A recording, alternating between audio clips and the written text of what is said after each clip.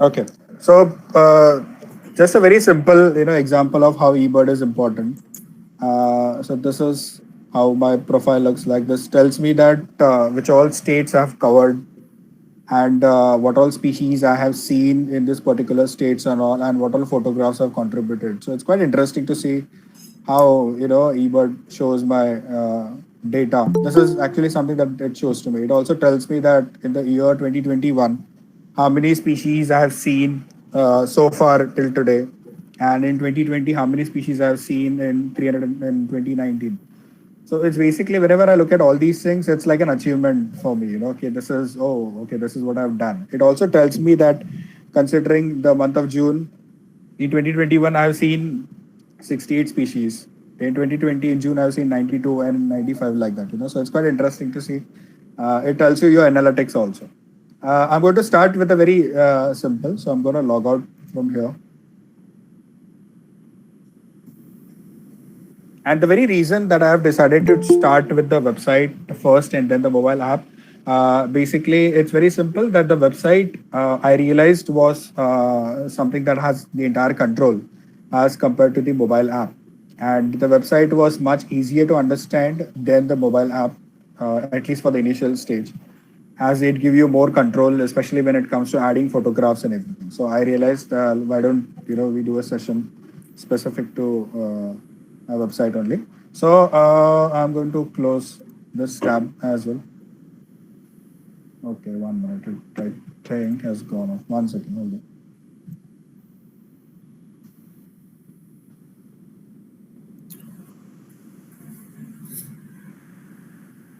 Mm, actually, perfect. So a very simple thing. What we ask everybody to do is we ask everybody to use the portal which is ebird.org/India1. So just type ebird.org/India and automatically it will open up the eBird India portal. You can also use the global platform, but we normally recommend that you prefer to the India portal because it's specially done customized for Indian users only. So and it tells you things that are happening within India limits only. So ebird.org India. First thing, if you don't have an eBird account, I suggest you that you can create one. It's quite simple. You just need to enter your first name, last name. Your username is the most important thing. This username is something that actually is something that is basically like an identification thing. So remember, your username is very, very important, and your email address can be added. This is how you create it. So in my case, I already have an account. So I'm just gonna sign in. And the moment you sign in on ebird.org, this is how the entire thing. This is the first page that appears in front of you. It will show you these are the most common tabs that you will see: Submit, Explore, My eBird, Science, About, News, Help. For today, we're going to explore first three tabs only. These are very important, so we're going to explore that. First thing you're going to do once you sign in, you create an eBird account, you will first go here and you will click on Preferences here. This is something very, very important because this is like you personalize your own account. What I've done here is I have preferred here because, as I'm sure everybody knows now, there is English US, English Australia, English UK also. I have done it very specific. So I've said I need English India only. So this is what I've done. I've also suggested that I wanted to see species name to be displayed as both, which is the common name as well as the scientific names. A public name, this is something. You also have the option of hiding your data, which is basically, let's say that you have submitted a recent checklist and you don't want people to see that, people want to stalk you where you're going and all. So this is one of the ways of how you can do it. There are a lot of other ways. I have just kept it open. And wherever somebody shares a checklist with you, you can just send me a notification. So this happens. So this is very, very important. Just do this once you're done with the preferences. Uh, Others, you can just mute yourself. Okay. So now this is done. My preference is taken care. I'm just going to come back again to the home. We're going to first try to understand how to submit a checklist first, and then we're going to go to the Explore and then My eBird tab. Wherever I click on submit, so imagine that let's say that you have gone for a birding. So now, wherever you do use a website for submitting a checklist, this is basically something which is when you are back home and when you have your own time and everything. This is not a live submission. Basically, live submission is basically when you are using a mobile app and you go birding and you start a checklist and you submit the checklist right there in the field. So this is basically when you have your own peace time and you can just sit down and submit a checklist. So very simple. You're going to start with submit. If you have any questions, once I'm done, I'll ask you all that if you have any questions, and then we can just take it up. So I'm going to do a very simple thing. So now forget about whatever settings I have. We're going to do completely like a brand new fresh thing. So here, let's say I have got birding in Sanjay Gandhi National Park, and I want to submit a checklist of Sanjay Gandhi National Park, the Tikujini Wadi Trail, which is there in Thane. So what I'm going to do is I'm going to find the location here. So I'm going to type here Maharashtra.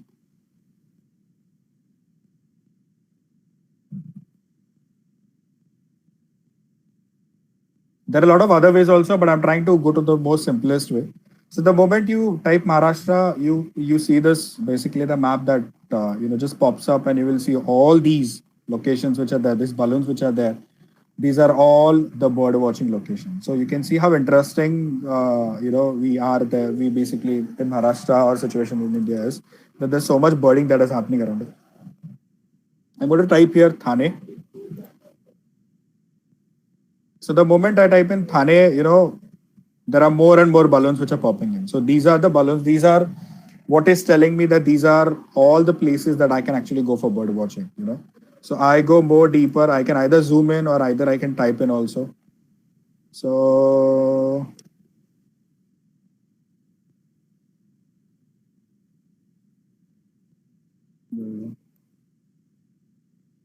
whenever, then you will see these are all the possible hotspot locations that are there. So if I click on anything, you will see it will show me here. Do you see? Sanjay Gandhi National Park, Tikujini Wadi. If I click on this, it shows me Ur. If I click on this particular location, this is Kasaragod area. If I click here, it tells me Hill Range Garden. So let's say that if you're not aware where exactly to go for birding, eBird actually can tell you that as well. So in my case, I'm not going to go for the location which is here.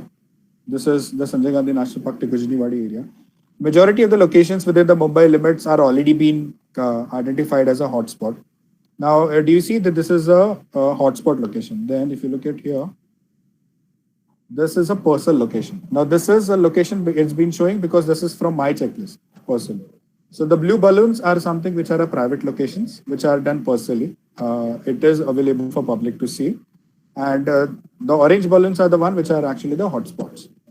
So I'm going to select this Sanjay Gandhi National Park to Krishnawadi area, and I'm going to click on continue. Now, for those people who have been to Sanjay Gandhi National Park, particularly this Tikujini Wadi trail, they all know that there is a starting point, which is at the entry gate, and there's an entry point. Then there is an exit end point, which is at the plateau area. So basically, the kind of method that I'm going to use is I'm going to start from the gate, start watching the birds from the gate, and I'm going to end at the plateau. So you have different options here. You can either select traveling, which is you traveled from the gate and then you ended at the plateau area. Or I did not go up to the plateau area. I just stood at the gate only and I did the boarding over there. So basically, and it's quite easy. It's not at all complicated. The first thing that it asks you is the observation date. So let's say I'm going to add today's date only, like it's 20th. And it's asking me, did you travel? So you traveled a specific distance, walking a trail, driving a refuge loop, or field birding. It also tells you this. There are more details. So I said, let's say I've done traveling. The moment I click on traveling, it will ask me to enter the start time. So let's say I started at 7 a.m. And it will ask me how many hours did I do the birding. So let's say I did 1 hour, 15 minutes birding. And it will also ask me the kilometers. Now, it's not necessary that you should write, the exact kilometers, but at least whatever you know. So maybe that kilometer must be a 500 meters trail. So you can just write 0.5 meters and the party size, the number of people who were there boarding with you. So let's say I was with 5 members too. So this is how wherever you select a traveling method. Let's say I shift from traveling. Let's say I did not travel from point A to point B. I just did a stationary boarding. The moment I do a stationary boarding, it automatically takes the distance part away. I'm going to use the again. I'm going to add 0.5 and I can write. So this is a checklist. Comments are very very important. I'll tell you very basic. So for a lot many people who have been submitting eBird list or maybe have seen eBird checklist and all. Many people don't really write comments in the checklist, But I personally feel that it's very, very important that you should write some comments in the checklist. So maybe what kind of comments you should ask? Maybe you can write about the temperature. You can write about how the weather was. Maybe you can write about what kind of activity. So let's say you have come across a snake during the trail. So you write about the snake. So we came across a snake species. You can write about how good the birding activity was. You can write about if there was any disturbance or anything that you observed, habitat related. You can just write about maybe one or two liner, just to add more value to your checklist. So let's say I did here, I'll say birding activity overall good. Too many people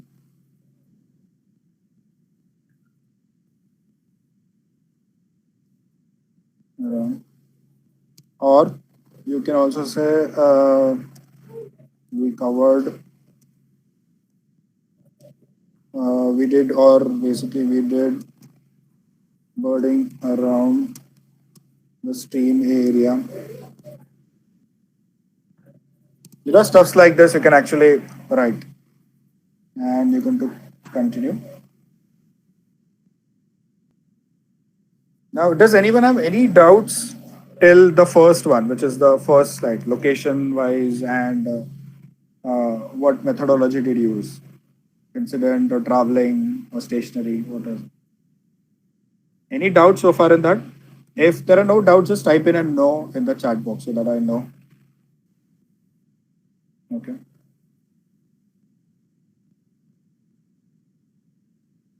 Cool. So I think we can move on. Perfect. So then immediately how eBird works is basically the moment you click on all this location, because location is very, very important here. eBird automatically generates a checklist, which is by 20 by 20 gradient, and it will tell you all the possible species that can be found in that particular location. So this is another, benefit over here. It's not like you're going to see a checklist of all the 1300 species or the 1200 species of the Indian subcontinent. You are only going to see very specific checklist and the species which are very commonly seen in your particular area. So it tells you the list of all possible things. So let's say now you can either scroll it all the way down here, or you can just type here. So let's say I type here red spurfowl.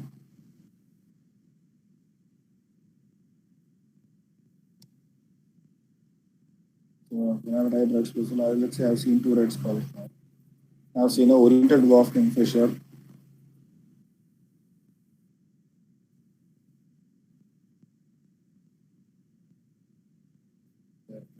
I've seen an oriented dwarf kingfisher. I've seen one white-throated. I've seen one bee-eater. Maybe herd brown-headed barbets. So now barbets are the species which you more often hear them first. Then you get a chance to see them. In case if you did not get a chance to see the bird, but you just heard the bird, maybe you can add those in your checklist. So let's say that you just heard the bird, your calls heard.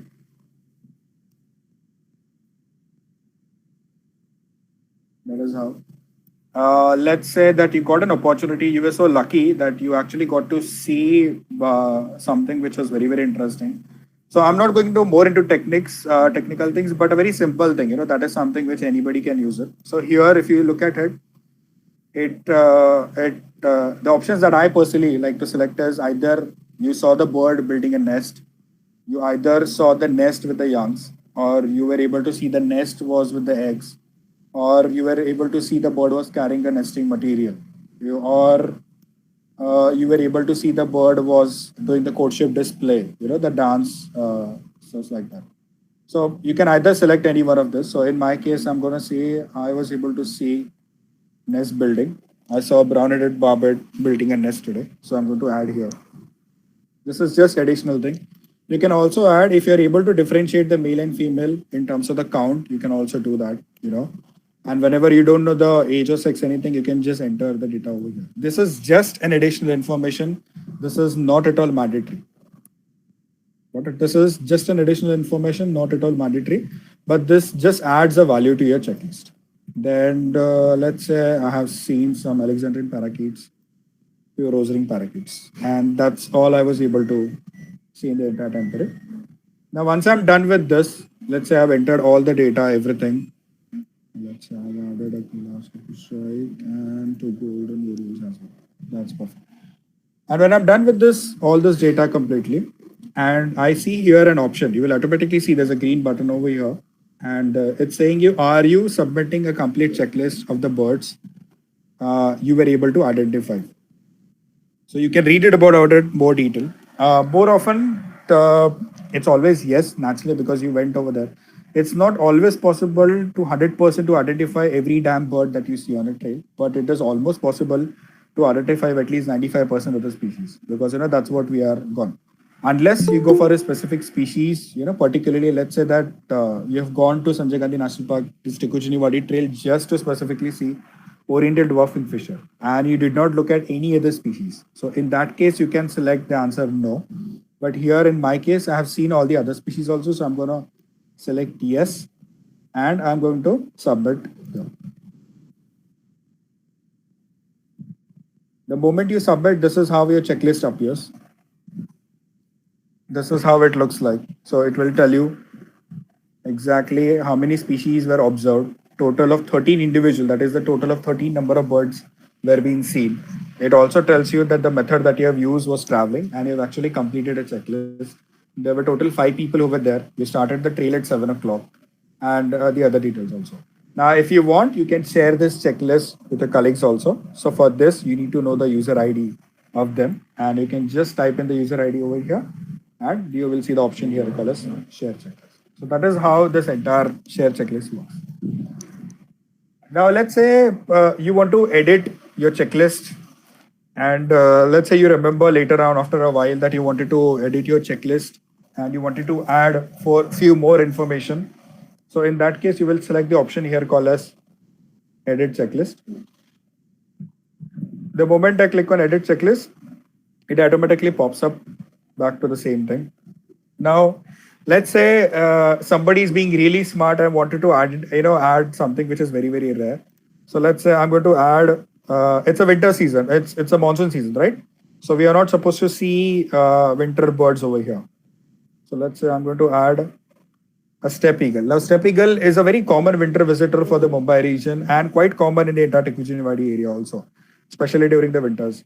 But because I'm submitting a checklist in the month of June, which is basically supposed to be resident bird, the moment I type steppe here, it automatically shows you that no matches on this checklist. So still, if I go ahead and I want to add a checklist over here, add a species, so I type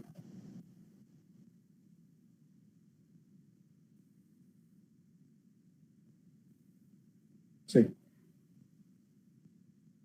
So the moment I do this, I click on this, it shows me this orange thing, which is knee details. It also tells me that it's a rare thing.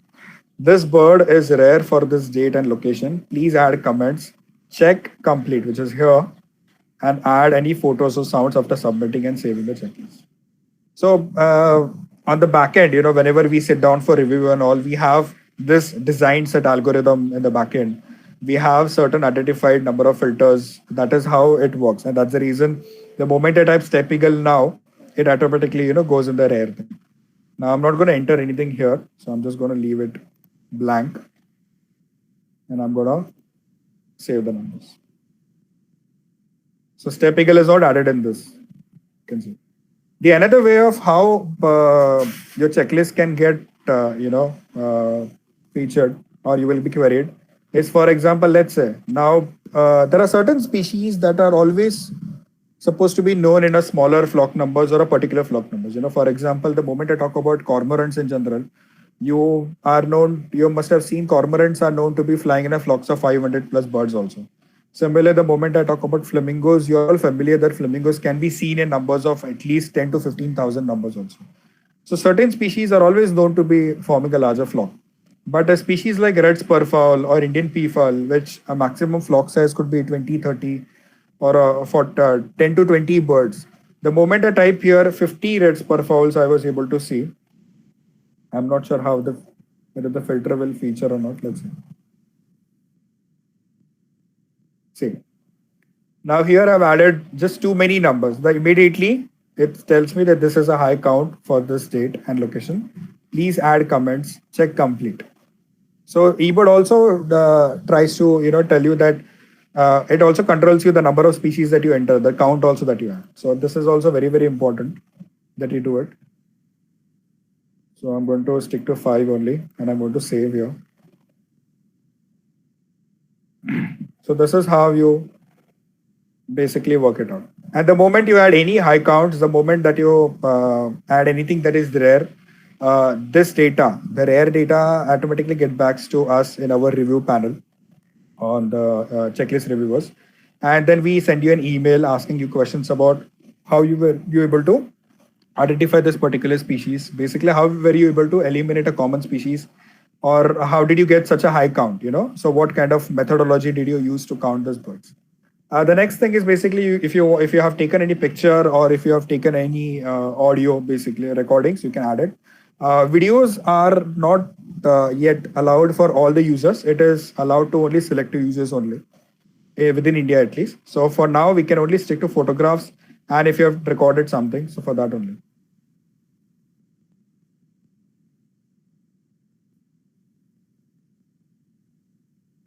So here it says very clearly, drag and drop the media from the file system on the correct species. So let's say I've taken a red spurfowl. So I can just upload a picture. Now I don't have a picture here. Let's say I just add a random picture here.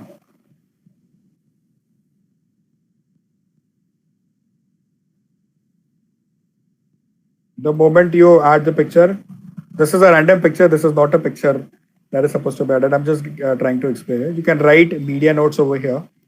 If you know the male and female, you can write about that as well.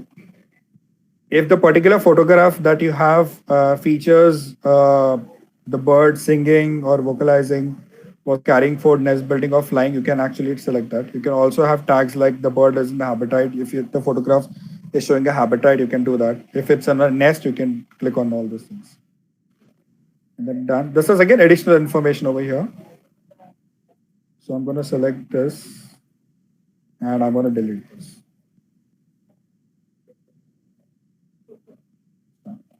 And then you can just add your photograph and then the checklist will be done. Any doubts till the time of how to start a checklist, how to edit a checklist, how to add a photograph in this? Just type yes or no in the chat.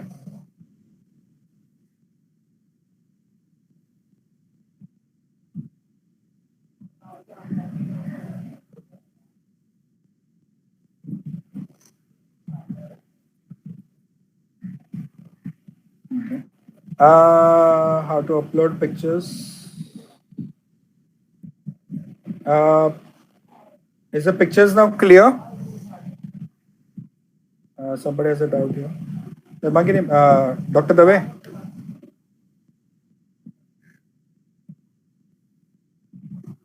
Oh yeah, perfect. Okay. So the pictures part is very clear.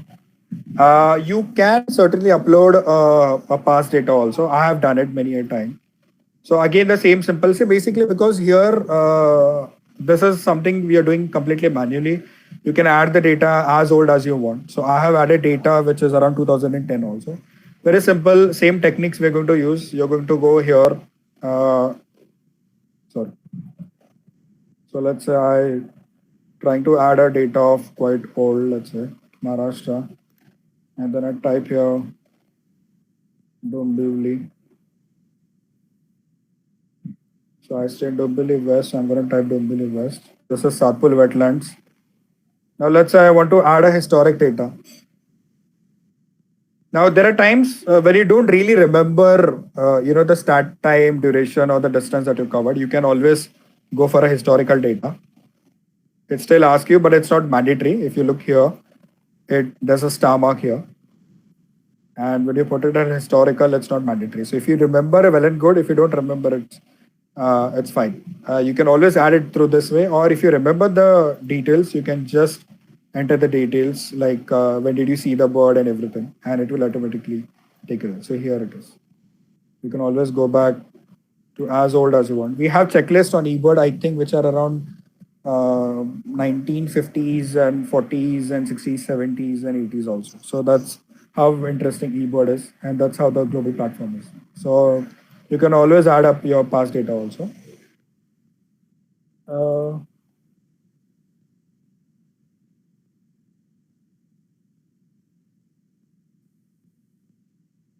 Uh, can I add data from other places? Absolutely. You can always add data from the other places. So let's say I go and submit here again. And instead of Maharashtra, here you can type Goa or any particular region. If you want to submit a data globally, let's say you've been to US, somewhere in California or maybe in New York, you can always enter the data from there also. So that's always possible. That's how easy it is. Any more doubts? Arvind sir, I will not be able to explain again the entire thing, but you can always watch the recording again, but we will move on to the next topic. Any doubts? If none of you have doubts, just type in and no. Sir, is this an app? Arvind sir, this is a website here. This is not an app. So you just need to type in ebird.org /India. So let me open it this way. This is the website. ebird.org/. We are not using the app. We are just using the website over here. Okay, so in that we can post our photographies, right? You can post your photographs, absolutely. That is the entire idea about it. Okay. Yeah. And on that, you'll get likes or something like that. No. This is more about like a scientific thing wherein you submit particular thing, but people can certainly see you. So it's basically like a LinkedIn only. People can see you, but people will not be able to like or like a social media thing. This is basically like a scientific platform where you can submit it. Yes, you need internet to submit this. I'm working online. That's the reason. This is offline currently. Sorry, this is currently with the internet only. You can work without an internet on the mobile app. You need to download it offline and all. That's the reason. So, but internet is mandatory because wherever you have internet connections, all the data appears quite easily. I have another question. Can we upload only single observation like window birding? Well, you can certainly. We have in eBird, we have a very simple thing. For example, let's say I'm birding from my window. The minimum time period that we normally recommend to complete a checklist is 15 minutes. At least spend 15 minutes of your time to do birding and try to observe the species that you're able to see. So minimum 15 minutes of the time, and it's possible that in that 15 minutes you must have just seen a house sparrow also. So you can just add an house sparrow in that. But we try and tell you not to be very specific to particular thing. Like I've seen checklists that you have gone for a particular tour. Let's say that you've gone to Andaman and then you've been to Chidiya Tapu and you've only written over there, or you've only created a checklist of the species that you felt were the highlight of that particular, that trail or the particular location. Don't do that. Whenever you're putting your data on eBird, this data is accessed by people all across globally, all across the world. So the more better, the more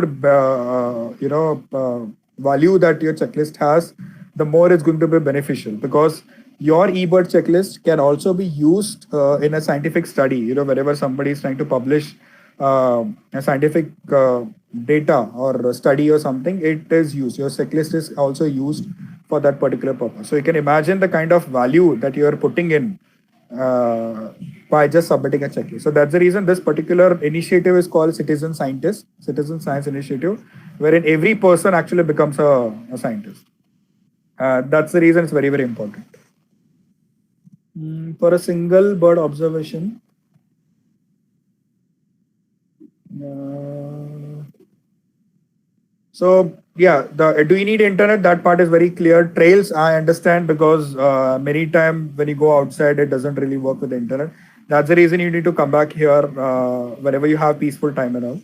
Now, for a single bird observation on eBird, does show incomplete checklist. What is the solution? Yes, naturally, no, it won't show incomplete checklist. Naturally, because you have spent 15 minutes of your time. The important aspect is 15 minutes of your time you've already spent. And even if you see a single species in that, that's okay. I had cases wherein I've actually done a scientific study of like walking a particular distance, a transit, which is we started from point A to point B, and we were supposed to cover this particular point A to point B, which is a 500-meter trail, in a time period of 1 hour. And in that 1 hour, because we started very early, just after the sunrise, and it was still dark. It wasn't really that just at the first light. So there was absolutely no bird activity. So for that 1 hour, the total number of species that we were able to see was hardly 5 or 6 species only. So that's absolutely understandable. And the checklist is complete because you put in every effort of yours to try to identify that species, but just that the birds were in there. So it's completely understandable. Sometimes when you go for a night trails are something wherein you hardly come across any birds. There are times when you absolutely don't hear a single bird. So that is also possible. So yes, you will always use the complete option. Any more doubts, or I can move on to the next aspect? Cool. So let's move on to the next aspect. So once you are very well aware about what the submit is, now let's come to the second my eBird. So the moment you click on my eBird, this is basically like your very own social media profile. When you go on Facebook, Instagram, or something, the moment somebody tries to look for you, this is and how your profile appears. This is basically how a profile normally appears. It actually tells you that the places that you have been, and this is public also. Public can also see it. Like my profile is available publicly, so people can see it. It also tells you. Now, just something that I wanted to show you all. So let's say now you wanted to check your all possible checklists. So if you scroll down, it will show you options like manage my checklist. So the moment I click on this,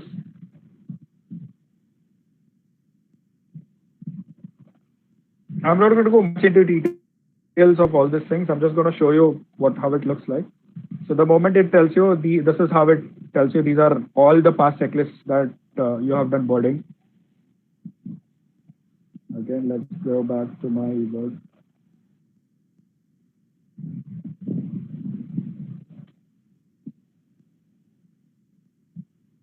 You can also go at your location. So this is something which is very, very interesting. I personally do. So let's say you wanted to go for a particular, so let's say I click on this particular location here. These are all the locations that you have submitted. And it tells you Satpur wetland, it's a hotspot. If you want, it will show you the life list. Life list is basically the number of species that you have seen. It can show you a checklist. It can also show you a bar chart. This is the data which is your personal data. So let's say I'm going to look at the bar chart here. So here I have a bar chart here, which tells me that all the possible species that I have submitted. So I was able to see lesser whistling teal for the past 10 years, mostly during February, March, April, May, June. I was able to see comb duck very rarely. So it tells you what all species are extremely rare, what all species are common. So Indian spot-billed duck is pretty much seen entire yearly. And this is quite interesting. So the moment whenever red wattle lapwings are seen throughout the year, Paidawosates are seen during February only. So it actually tells you, you can actually work out on this also. Come back to my ebook.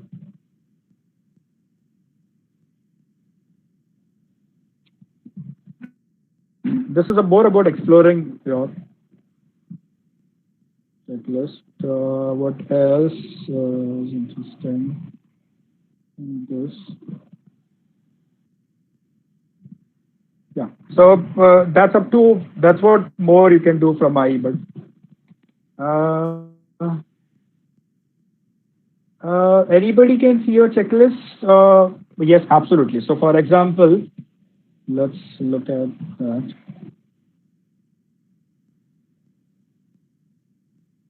So this is something where how I'm trying to share a checklist. So let's say I have this. This is the link of the checklist. So if I share this particular link with anyone, anyone who has an access to this particular link can see this particular checklist. Now let's say if I want to hide this particular checklist, so I will go here from the checklist tools.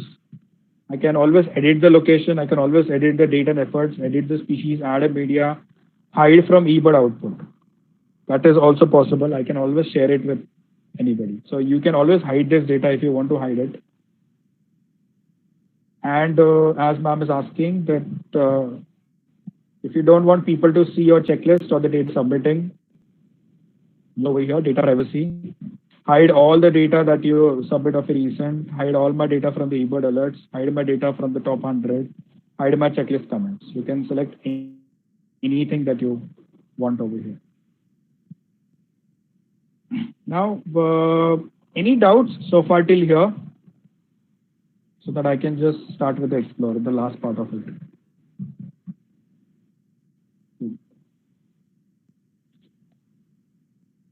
So let's look at the most interesting part of the entire eBird data now. Now, let's say you haven't started, you are new to birding, you have absolutely no idea that where you're supposed to go for birding and what kind of species are expected in that. You can either go with the shortcuts, which is particularly type a particular region and then look for it. I will go a little bit on a more easier side. So here you have two of these options, which are the most important one. One is the species map, and the second is explore hotspots. We're going to first look at the explore hotspot aspect when it comes to bird watching as well. So here, the moment I click on the explore hotspots, it takes me to this particular window. Now here, if you know the particular hotspot name, which is quite rare that we know the hotspot name, you can just type in the name over here. If you don't know the name, like I normally, I'm not aware about the place, so I will just type over here. So let's say, as ma'am was asking that I want to go for birding in Thane, I just type here Thane. The moment I type in Thane, I come across. So this is how the entire map of Mumbai honestly looks like. So you can see how interesting the entire, Mumbai city and the entire Mumbai metropolitan region is. You can see the number of balloons. This is how much of bird watching that we do in the entire Mumbai region, and it's amazing. And you can also see what it is telling you. So anything which is red, orange, or anything, that's the highest count. So you can see there are a few balloons over here which are 400 and above species. So there is one balloon over here. There are a few balloons over here also. It also tells you 250 to 300. So this is also quite interesting. So let's focus on Thane again. I'm going to go to Thane. And so it automatically shows you the balloon. So let's say I'm near Sanjay Gandhi National Park. This is the moment you click on this. The moment you click on this,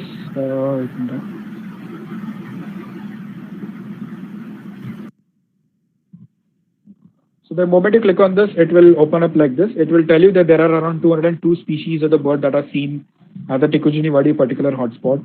There have been 227 checkers that are submitted. So you can always click on view.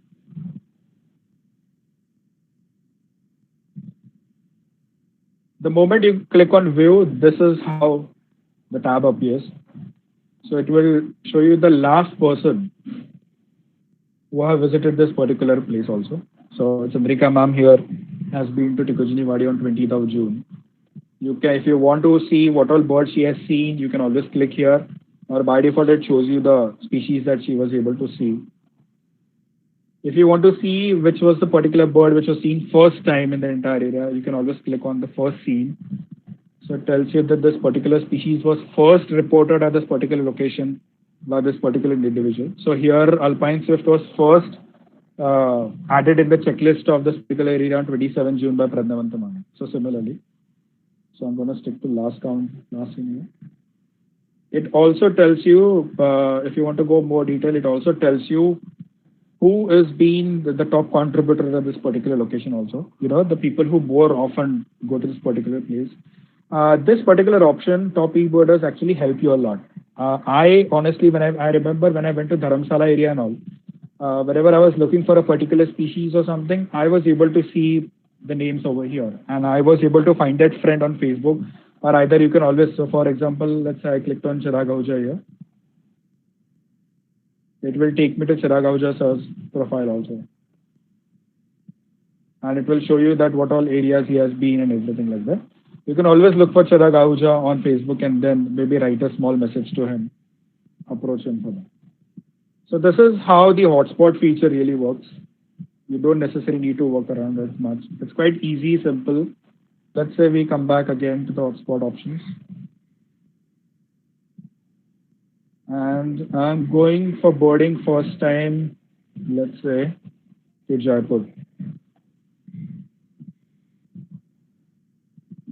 The moment I click on Jaipur, I get these all hotspots. Then accordingly, I can just look at one of these hotspots. Let's say this is details. It will tell me who was the recent person who has been over there.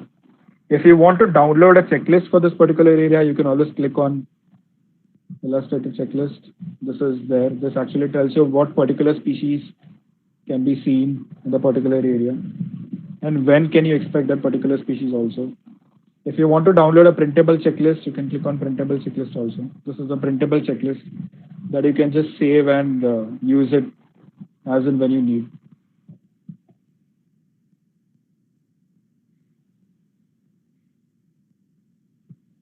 Any doubts in hotspot?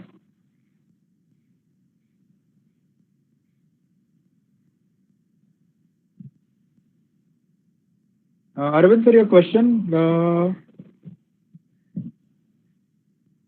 will it show according to the weather conditions and season? I did not understand that.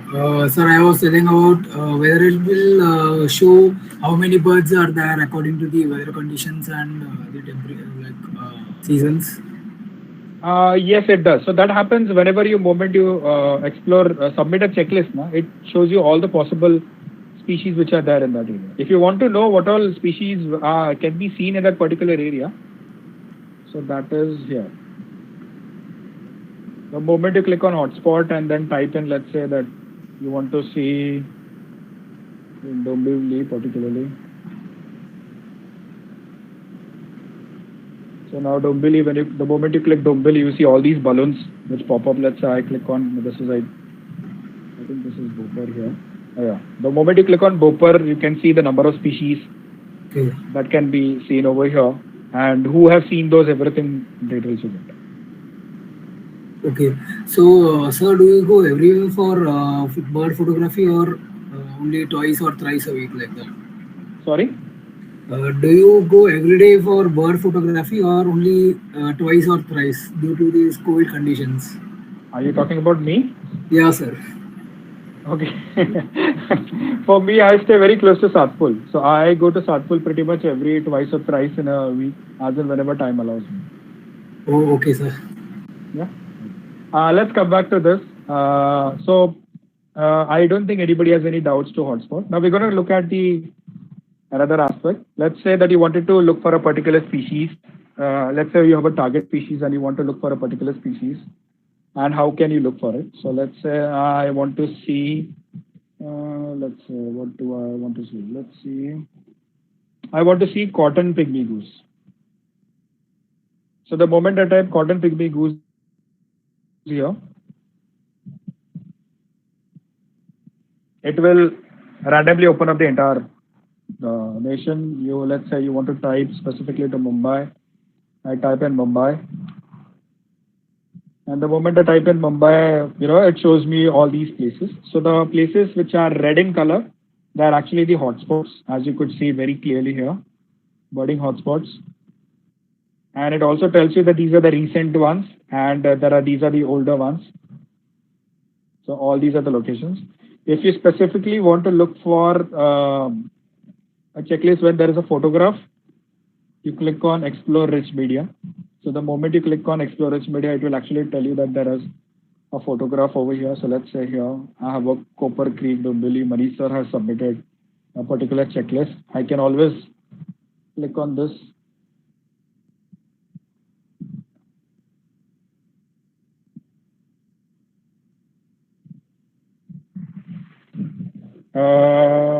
Can you see the screen or not? The one which I've opened up. Okay, 1 minute. Yes, sir, we can see that. No, no, not the one I've opened.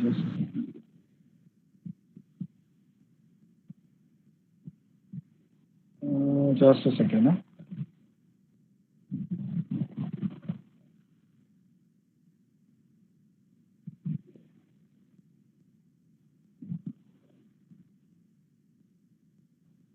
Okay, now I've just shared my screen again. So the moment I click here on Manisha's checklist over here, this is a checklist that I get.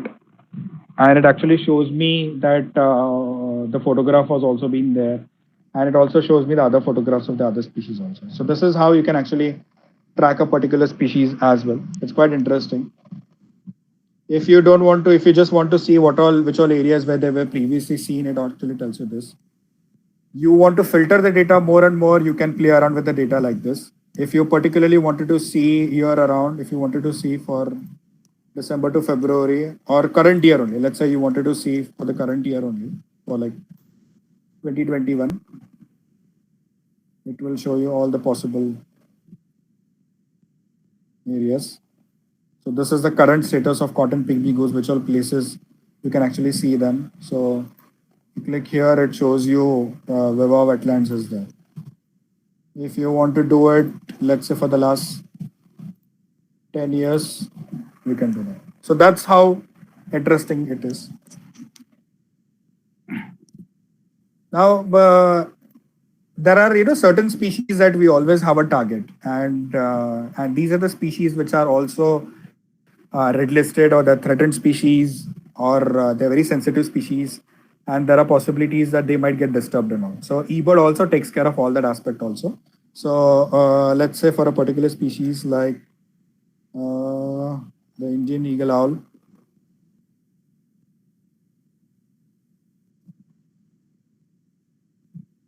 Indian eagle owl is called the rock eagle owl here. So let's say if I'm trying to look for a species called as Indian eagle owl, and I'll just clear out all those filters, all yours.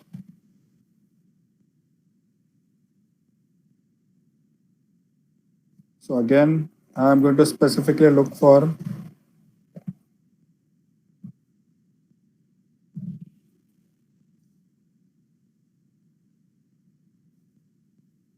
I'm going to specifically look for Mumbai here.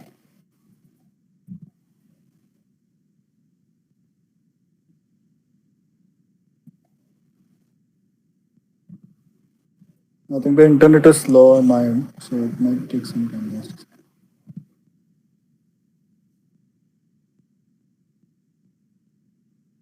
Oh, I think the filters is there. Yeah, that's what I was wondering. Yeah. So do you see that? You will see that this is how. So let's say I zoom out, and you will see that the bird is here, seen somewhere in Mumbai. But the more zoom in I do,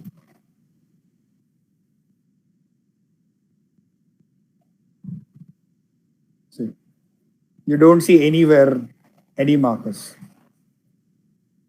So this is basically an initiative to ensure that certain species like the great hornbill, Indian eagle owl, the floricans, the bustards, and all, they are not a target for this particular thing. So that is one of the reasons why how this is how for certain species eBird works, and it's quite interesting to see how this entire data works. So this data is by default hidden from the view.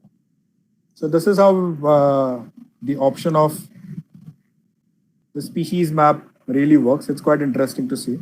If you want to look for a particular species or a photos or something, you can always go for this.